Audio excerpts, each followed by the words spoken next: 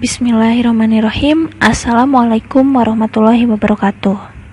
Alhamdulillahillazi an'amana binikmatil iman wal islam wa nusolli wa nusalimu ala khairil anam sayyidina Muhammadin wa ala alihi wa sahbihi ajmain amma ba'du. Selamat datang di e-learning pada pelajaran bahasa Indonesia. Apa kabar anak-anak sekalian? Semoga kita tetap berada pada lindungan Allah dan juga tetap diberikan kesehatan. Ustazah harap pelajaran kali ini dapat kalian terima secara maksimal agar dapat kalian pahami. Meskipun kita hanya dapat belajar secara online atau daring karena situasi yang tidak memungkinkan, semangat kita dalam menuntut ilmu tidak boleh surut. Kita tetap harus dapat produktif dan juga menjalani semuanya dengan tetap bersemangat. Nah, sebelumnya kalian dapat terlebih dahulu menyiapkan buku paket bahasa Indonesia dan juga buku catatan untuk mencatat pertanyaan-pertanyaan yang sekiranya kalian tidak pahami pada video pembelajaran kali ini. Pada pembelajaran hari ini, kita akan belajar tentang teks prosedur sebagai pemandu. Bab pertama ini kita akan membaginya menjadi 2 kali pertemuan. Untuk hari ini kita akan membahas terlebih dahulu bagian A dan bagian B. Namun, sebelum masuk ke pembelajaran, kita akan mengetahui terlebih dahulu kompetensi dasar untuk pembelajaran kali ini. Yang pertama, mengonstruksi informasi berupa pernyataan-pernyataan umum dan tahapan-tahapan dalam teks prosedur.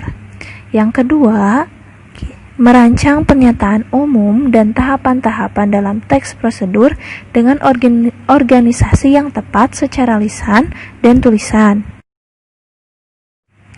Setelah mengetahui kompetensi dasarnya, kita juga perlu mengetahui tujuan dari pembelajaran yang akan kita pelajari hari ini.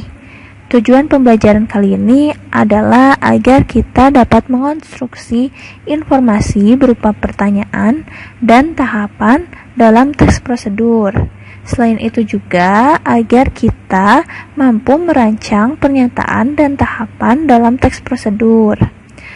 Kompetensi dasar dan tujuan dibahas sebelum pembelajaran agar kita tahu apa sih tujuan dari pembelajaran kita kali ini. Sebelumnya, kalian pasti pernah mendengar beberapa kata ini di berbagai media atau bahkan di bungkus mie yang pernah kalian makan. Ada kata resep, kiat, petunjuk penggunaan atau cara pemakaian, tips atau trik, atau cara jitu. Nah, yang tadi Ustazah sebutkan itu termasuk ke dalam teks prosedur. Jadi, apa itu teks prosedur? Teks prosedur menyajikan sejumlah informasi tentang langkah-langkah melakukan sesuatu secara lengkap dan sistematis. Jadi, kalian sudah mengerti bukan apa itu teks prosedur? Setelah kita sudah mengetahui pengertian dari teks prosedur, kita akan belajar ke bagian A, yaitu mengkonstruksi informasi dalam teks prosedur. Teks prosedur memiliki beberapa kategori.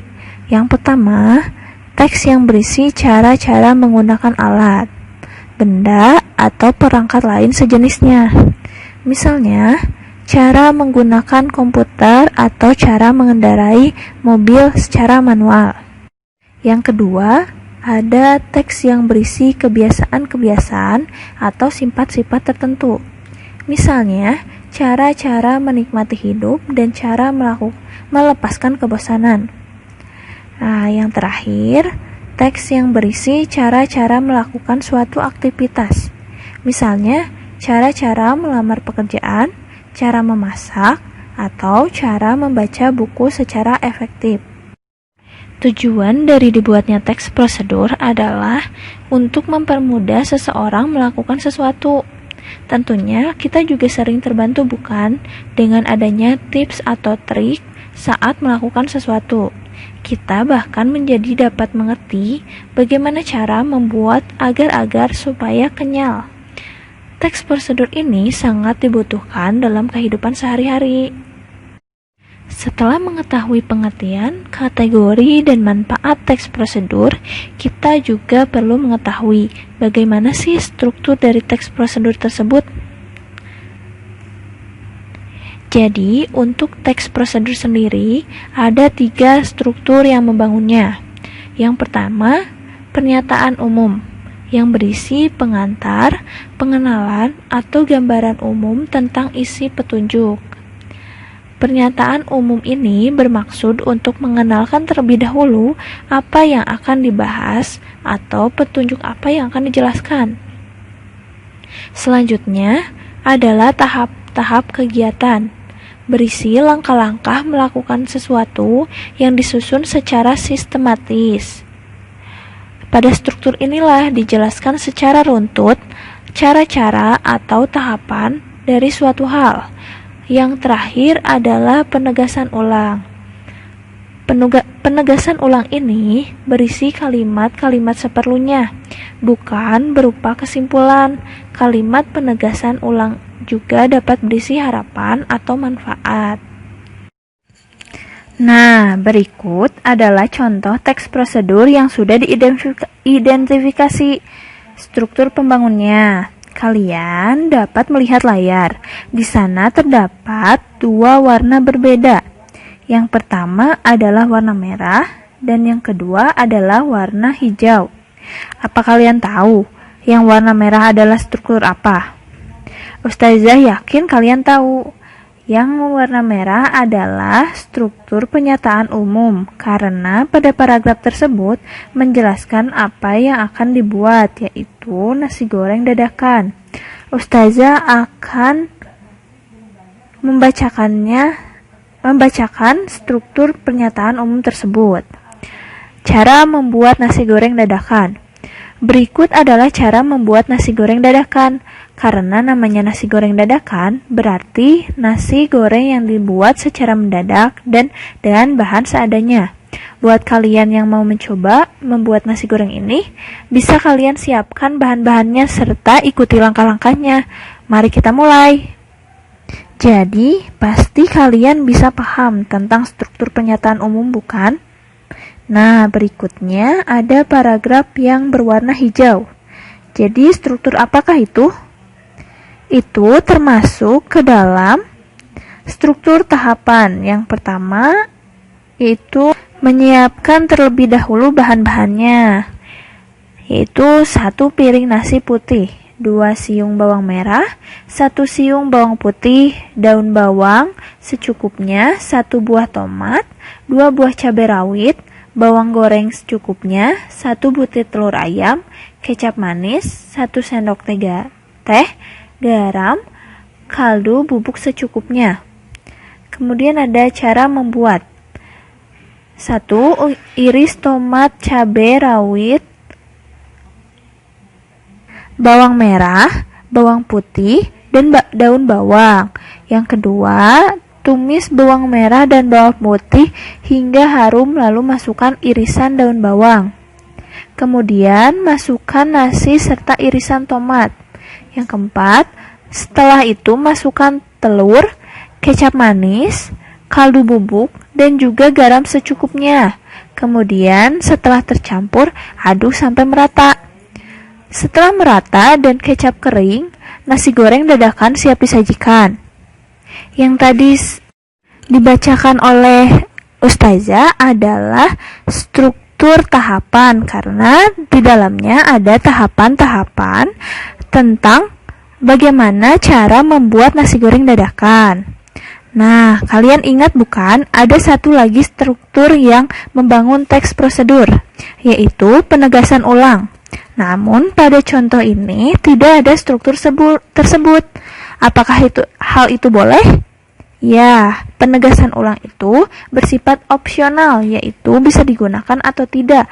Maka, teks prosedur yang tadi adalah teks prosedur yang strukturnya lengkap, walaupun tidak ada struktur penegasan ulang. Apakah sudah mengerti yang telah Ustazah jelaskan? Jika ada yang masih belum jelas, bisa kalian catat terlebih dahulu dan kemudian kalian bisa tanyakan nanti setelah di sesi pertanyaan. Kemudian kita akan belajar ke bagian B, yaitu merancang teks prosedur. Merancang di sini adalah merencanakan suatu teks sebelum mengembangkannya menjadi utuh. Berikut langkah-langkah membuat rancangan teks prosedur. Pertama, kalian dapat menentukan terlebih dahulu kategori atau topik pembahasan. Hal tersebut penting agar kita tahu apa yang harus kita cari untuk mengumpulkan informasi. Selain topik, kita juga harus menentukan fungsi dari prosedur tersebut. Setelah kita tahu apa yang akan dibahas dan juga fungsinya, kemudian kita dapat mencari hal-hal terkait topik. Yang terakhir, kalian dapat mencatat informasi-informasi yang kalian butuhkan terlebih dahulu. Dan tidak lupa untuk memperhatikan struktur dari teks prosedur. Berikut adalah contoh dari rancangan teks prosedur. Di sana terdapat topik dan fungsi yang sudah ditentukan. Selain itu, ada dua kolom, yaitu kolom struktur dan juga kolom informasi-informasi penting. Kalian dapat mengisinya seperti pada contoh. Nah, kemudian ada refleksi materi dari pembelajaran yang telah kita pelajari hari ini. Kita akan mengulang kembali apa yang telah kita pelajari hari ini. Apa sih pengertian dari teks prosedur?